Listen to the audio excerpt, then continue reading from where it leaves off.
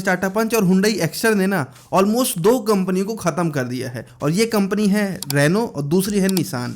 अब ऐसा मैं क्यों बोल रहा हूँ, आज की वीडियो में आपको क्लियर होने वाला है। वीडियो अच्छा लगे तो वीडियो को लाइक करना और शेयर करना। दिसंबर 2020 में निसान ने ना मैग्नाइट को फर्स्ट टाइम लॉन्च करा था इंडिया में। और गाइस ये जो मैग्नाइट थी ना, ये कह सकते हो उस टाइम पे बहुत ही ज़्यादा वैल्यू फॉर मनी गाड़ी थी, क्योंकि इसमें ऐसे ऐसे फीचर्स मिलते थे जो कि इस सेगमेंट की कोई भी दूसरी कार्स में देखने को नहीं मिलते थे। इनफैक्ट मैग्नाइट का जो बेस मॉडल था भाई, उस टाइम पे बवाल मचा के रखा था इसने। बहुत ज़्यादा वेटिंग चल रही थी 5-5, 6-6 महीने में, और उस टाइम पे मतलब 2020 में 5 महीने 6 महीने की वेटिंग बहुत ज़्यादा होती थी।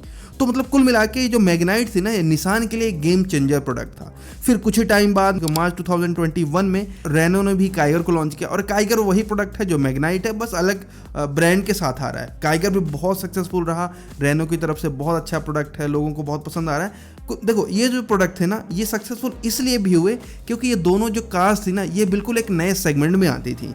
ये ऐसे सेगमेंट में आती थी कि एसयूवी वाला आपको कैरेक्टर भी देती थी, मतलब एसयूवी वाले बायर्स भी इसको पसंद करते थे, बट कम पैसे में आपको मिल जाती थी। भाई फीचर्स तो आप मैग्नाइट को उठा के देखोगे तो आज भी आपको नहीं लगेगा कि भाई मैग्नाइट में कहीं से कम फीचर्स दिए गए।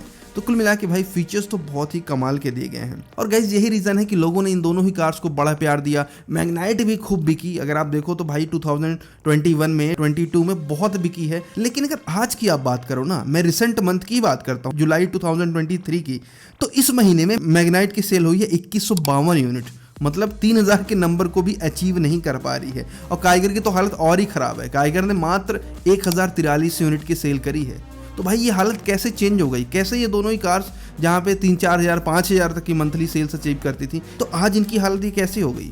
तो इसमें भाई आपको बताऊं, इसमें ना सबसे बड़ा हाथ है टाटा पंच का, और अभी जो रिसेंट में लॉन्च हुई है ना हुंडई की तरफ से एक्स्टर, उसका भी हाथ होने वाला है। क्योंकि यही दोनों कार्स की वजह से दोनों कंपनियां अभी इंडिया में बची हुई थी, लेकिन अब वो भी गई, तो भैया इनका लगता नहीं है कि इनका गेम बहुत टाइम तक चलने वाला है। तो क्या रीज़न है भैया कि लोग पंच और एक्स्टर को ज़्यादा खरीद रहे हैं, जबकि मैग्नाइट और काइगर इवन अच्छे प्रोडक्ट्स भी हैं।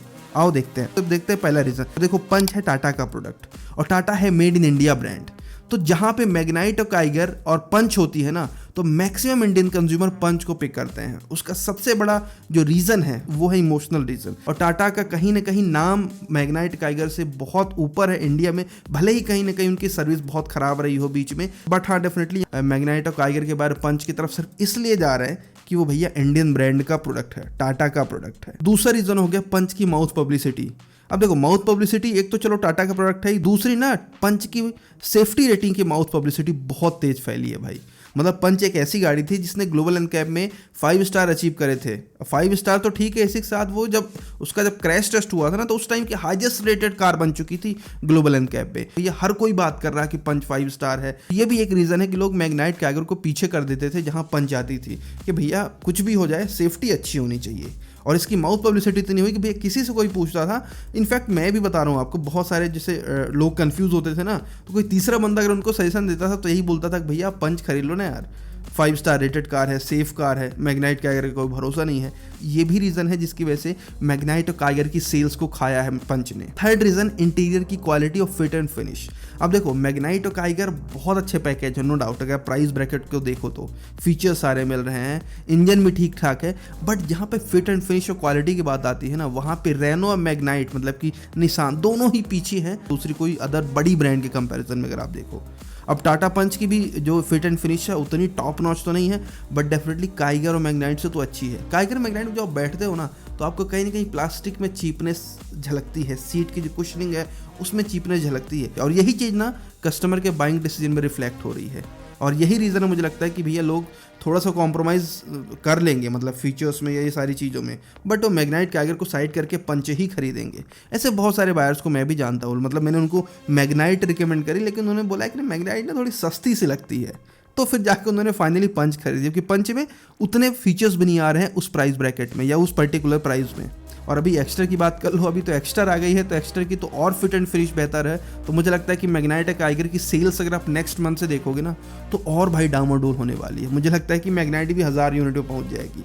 तो हाँ, अभी तो खाली पंच नहीं मार्केट खाया था, अब एक्स्टर भी आ गई खाने को। Fourth reason after sale service. अब देखो यहाँ पे अगर आप सर्विस नेटवर्क की बात करोगे ना, टाटा निसान और रेनो से बहुत आगे है। अगर आप इंडिया में देखो तो भाई निसान के तो बहुत ही कम आउटलेट्स हैं, चाहे आप सर्विस नेटवर्क की बात करो, चाहे फिर आप शोरूम्स की की बात करो, रेनो के चलो ठीक ठाक नंबर्स में हैं भी, बट फिर भी टाटा से कम है। तो भाई देखो, जब कोई गाड़ी खरीदता है ना तो वो आफ्टर सेल सर्विस जरूर देखता है। जैसे एक मैं एग्जांपल ही देता हूँ आपको, अगर आप किसी छोटी सिटी में हो, जैसे मेरा होम टाउन है रीवा, वहाँ पे अगर मुझे कोई कार खरीदना हो तो इन तीनों में अगर मैं कंफ्यूज हूँ तो मैं टाटा ही खरीदूंगा, पंच खरीदूंगा। उसका रीज़न ये है कि निसान मेरी सिटी में है ही नहीं, मुझे दूसरी सिटी जाना पड़ेगा, रेनो भी नहीं है मेरी सिटी में। ऐसे बहुत सारी छोटी सिटीज़ है जहाँ पे रेनो और निसान की अवेलेबिलिटी नहीं है, क्योंकि इनका नेटवर्क उतना स्ट्रांग नहीं है इंडिया में। तो कुल मिला के आफ्टर सेल सर्विस भी इनकी खराब होगी, जबकि टाटा यहीं पे इन दोनों को पीछे कर देता है। और अभी तो भाई एक्स्टर आ गई है, हुंडई का प्रोडक्ट, जिसकी सर्विस तो भाई हर जगह है, मतलब मारुति के टक्कर का सर्विस नेटवर्क है इसका। फिफ्थ रीजन है ब्रांड वैल्यू। इंडिया में अगर आप देखो ना तो टॉप जो प्लेयर है पैसेंजर कार मार्केट में, पहला है मारुति, सेकंड पे है हुंडई, थर्ड पे है टाटा।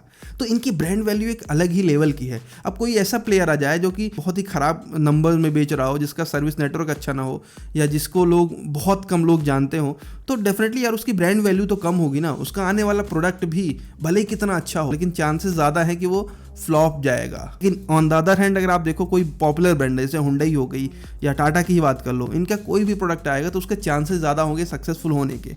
तो यही रीज़न है कि पंच का सक्सेसफुल होना तय था। और पंच मार्केट किसका खाएगा? मैग्नाइट और काइगर का। तो भाई इनका मार्केट हो गया खराब, क्योंकि इनकी ब्रांड वैल्यू नहीं थी। आज भी आप देखोगे तो रेनो को नहीं जानते। चलो रेनो को तो कुछ लोग जानते भी हैं, क्योंकि इन्होंने पास्ट में भी अच्छे प्रोडक्ट्स दिए हैं, जैसे क्विड हो गई, ट्राइबर हो गई। लेकिन निसान को तो कोई भी नहीं जानता भाई। मैग्नाइट के अलावा मुझे लगता है कि निसान का कोई प्रोडक्ट इंडिया में बहुत तबाही मचाया हो। तो भैया ब्रांड वैल्यू भी नहीं है, जिसकी वजह से पंच ने इन सब का मार्केट खा लिया। अब देखो मैग्नाइट और काइगर बहुत अच्छे प्रोडक्ट थे, जिसके ही दम पे इन्होंने एक साल अच्छा खासा मार्केट में सर्वाइव किया, एक साल क्या इवन 2 साल। लेकिन भाई फिर बहुत सारे फैक्टर्स भी लगते हैं लॉन्ग टर्म में। तो भाई ये सारे रीज़न की वजह से ना काइगर और मैग्नाइट आज फ्लॉप हो चुकी है मार्केट में। और मैंने स्टार्टिंग बोला ना भाई कंपनी खत्म होने वाली है।